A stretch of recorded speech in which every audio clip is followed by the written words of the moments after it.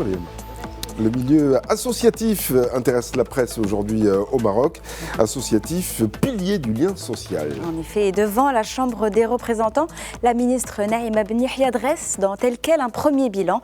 370 projets financés, 143 millions de dirhams mobilisés entre 2022 et 2025 pour les associations. Un bilan qui porte deux messages. D'abord, l'ampleur de la solidarité organisée au Maroc pour des causes comme la famille, l'enfance, l'handicap, les femmes ou encore les personnes âgées.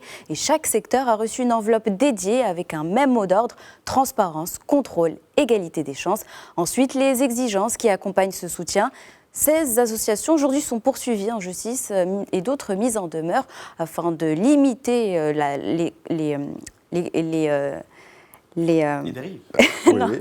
les problématiques non éthiques liées au financement associatif. Et donc, pour clôturer, désolé pour le bug. Non, c'est pas grave, ce sont des choses qui arrivent. Voilà, donc financer l'action sociale, rappelons-le, c'est aussi garantir que chaque dirham serve réellement les plus vulnérables. Et pendant que l'État structure, le terrain, lui, continue de porter à Sidi Fatma, comme le rapporte Iba Presse, dans la province d'Al Haouz, plus de 1500 personnes ont bénéficié d'une caravane médicale pluridisciplinaire initiée par un groupe d'associations, médecine générale, dépistage, soutien psychologique, éducation à la santé, une chaîne complète de soins menée par des médecins et des bénévoles. Une action d'autant plus symbolique qu'elle intervient dans une région toujours marquée par le séisme. En parallèle, les permis de construire avancent avec près de 59 000 validés, selon Fatem Zahra Al-Mansouri, ministre de l'Habitat. Mais dans les villages reculés, l'aide associative reste souvent la première à arriver et la dernière à partir. Et enfin, repenser le financement devient lui-même un chantier stratégique au sommet arabo-africain sur les organisations à but non lucratif, tenu à Rabat et relayé par le brief. Experts et ONG ont insisté sur la nécessité de mécanismes nouveaux, fonds à impact, zakat modernisé, plateforme hybride mêlant public, privé et citoyen. L'idée est simple, donner aux associations les moyens d'agir durablement et amplifier leur impact, car sans financement, aucune action bénévole ne tient dans le temps. L'action associative rappelle que chaque geste, chaque participation, même modeste, compte, à l'heure où la solidarité marocaine reste l'un des ciments les plus solides de notre cohésion sociale. La jeunesse africaine se mobilise de plus en plus pour une Afrique sans frontières. Et à Addis Ababa, au siège de l'Union africaine, ils étaient 36. 36 influenceurs, journalistes, artistes et activistes venus des 5 régions du continent et de la diaspora. Et comme le raconte Africa 24 TV, ils se sont rassemblés pour marquer les 141 ans de la conférence de Berlin, mais surtout pour tourner la page de cette histoire. 2 jours durant, ils ont parlé souveraineté, liberté, circulation et signé la déclaration d'Addis Abeba sur l'Afrique sans frontières, un texte porté par une idée simple. L'intégration n'est pas un document, c'est un droit à la liberté sur son propre continent. Un plaidoyer qui fera date car il est porté par ceux qui racontent les réalités et façonnent l'imaginaire africain contemporain. Et à Rabat, dans un tout autre décor, mais avec la même urgence, Visa for Music, ce festival déjà à sa 12e édition qui rassemble l'Afrique et le Moyen-Orient grâce à l'art, a élargi le débat. Le Matin rapporte que les professionnels de la musique africaine y ont tiré la sonnette d'alarme. Visa complexe, coût de transport, absence de formation adaptée, autant d'obstacles qui brident la mobilité des artistes. La culture devrait être un passeport, elle est encore trop souvent un parcours d'obstacles. Ils appellent donc à une coopération renforcée parce qu'un continent qui ne circule pas n'invente pas. Et puis il y a Meriem, pas moi, une inspirante. Média 24 raconte son histoire. 34 000 km à vélo, 33 pays traversés, seul sur les routes d'Afrique. Et pendant 3 ans, une manière simple et humaine d'écouter les gens, dit-elle, mais aussi d'affronter les frontières, les visas, la météo, les détours imprévus. À la fin de son périple, elle dit avoir découvert une Afrique réelle, humaine et unie, et compris que le voyage n'était pas seulement géographique, mais intérieur. Une Afrique sans frontières existe peut-être déjà un peu dans ces histoires qui relient. Il nous reste aujourd'hui à la rendre possible pour tous. Je vous rassure, vous êtes aussi très inspirante, Mariam. Parler d'elle à la 3e personne. C'est pour ça que j'ai précisé. Allez, Raza, maintenant, Raza au bord de l'effondrement, selon un dernier rapport de l'ONU et qui est relevé par la presse. En effet, à Gaza, la question n'est plus seulement celle du cessez-le-feu.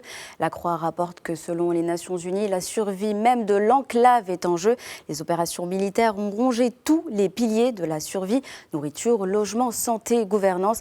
Un territoire plongé dans un abîme créé par l'homme. La diplomatie, quant à elle, tente sans relâche de trouver une solution. Au Caire, l'Égypte, le Qatar, la Turquie et Washington tente de sceller la deuxième phase du cessez-le-feu. Et pendant que la diplomatie s'épuise, les chiffres publiés par toujours les Nations Unies donnent l'ampleur du gouffre.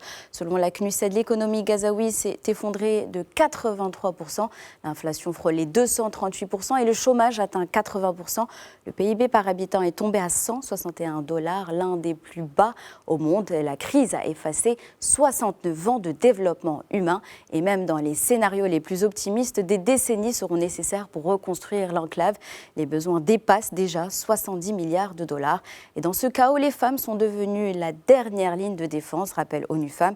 L'organisation décrit des mères déplacées jusque 35 fois, brûlant les portes de ce qu'il reste de leur maison pour préparer un repas pour leurs enfants. Et face à cette détresse, le plan tant attendu de Trump, dont le 1.MA dévoile les 20 points qui le constituent. Gouvernance transitoire, zone économique spéciale ou encore force internationale. Un plan ambitieux, parfois controversé, qui redessine la gouvernance et pose autant de questions qu'il apporte de réponses. Une proposition qui, au-delà de la géopolitique, dit surtout l'urgence. Gaza ne peut plus survivre seul. Et puis, il y a aussi le cinéma qui rappelle ce que les chiffres finissent par effacer.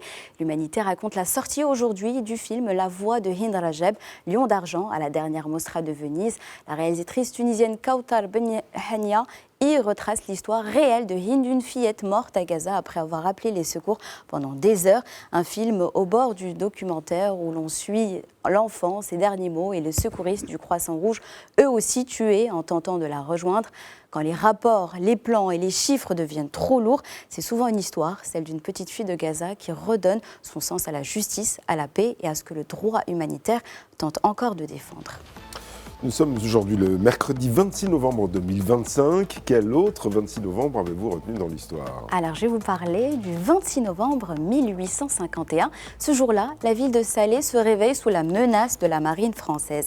Menace nourrie dans un contexte où, en 1844, le Maroc soutient l'émir Abdelkader dans sa lutte contre l'occupation française en Algérie. Un incident donc, qui sert de prétexte pour déstabiliser le Maroc. En avril 1851, un navire français chargé de blé chavire au large de Rabat. La cargaison est récupérée et entreposée à Salé avant d'être pillée par une population affamée.